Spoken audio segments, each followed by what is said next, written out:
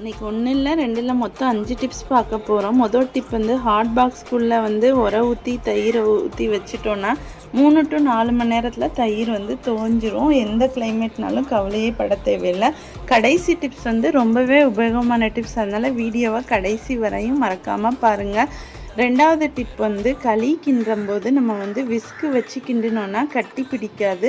3வது டிப் வந்து சுடுதண்ணி வச்சு களியை வந்து கிண்டிகிட்டே இருந்தோன்னா களி வேகமாக வெந்துடும். நம்ம கிண்டிகிட்டே இருக்க வேண்டிய அவசியம் இல்லை, கேஸும் மிச்சம். 4வது வெந்தய களியெலாம் ஊற வச்சு அரைச்ச மிக்சியை வந்து சுடுதண்ணி ஊற்றி கழுவுனோன்னா ஈஸியாக வந்துடும். அடுத்து குக்கரில் களி கிண்டி அது வந்து அடி பிடிச்சி கழுவவே கஷ்டமாக இருக்கும். மிச்சம் இருக்க சுடுதண்ணியை வச்சு ஒரே ஒரு விசில் விட்டுட்டு ஆறினோடனே கழுவுனோன்னா ரொம்ப ஈஸியாக இருக்கும். கழுவ வந்து ரொம்ப சுலபமாக இருக்கும். இந்த மாதிரி 5 டிப்ஸில் உங்களுக்கு எந்த டிப்ஸ் ரொம்ப பிடிச்சிருக்குன்னு சொல்லுங்கள். தேங்க்யூ.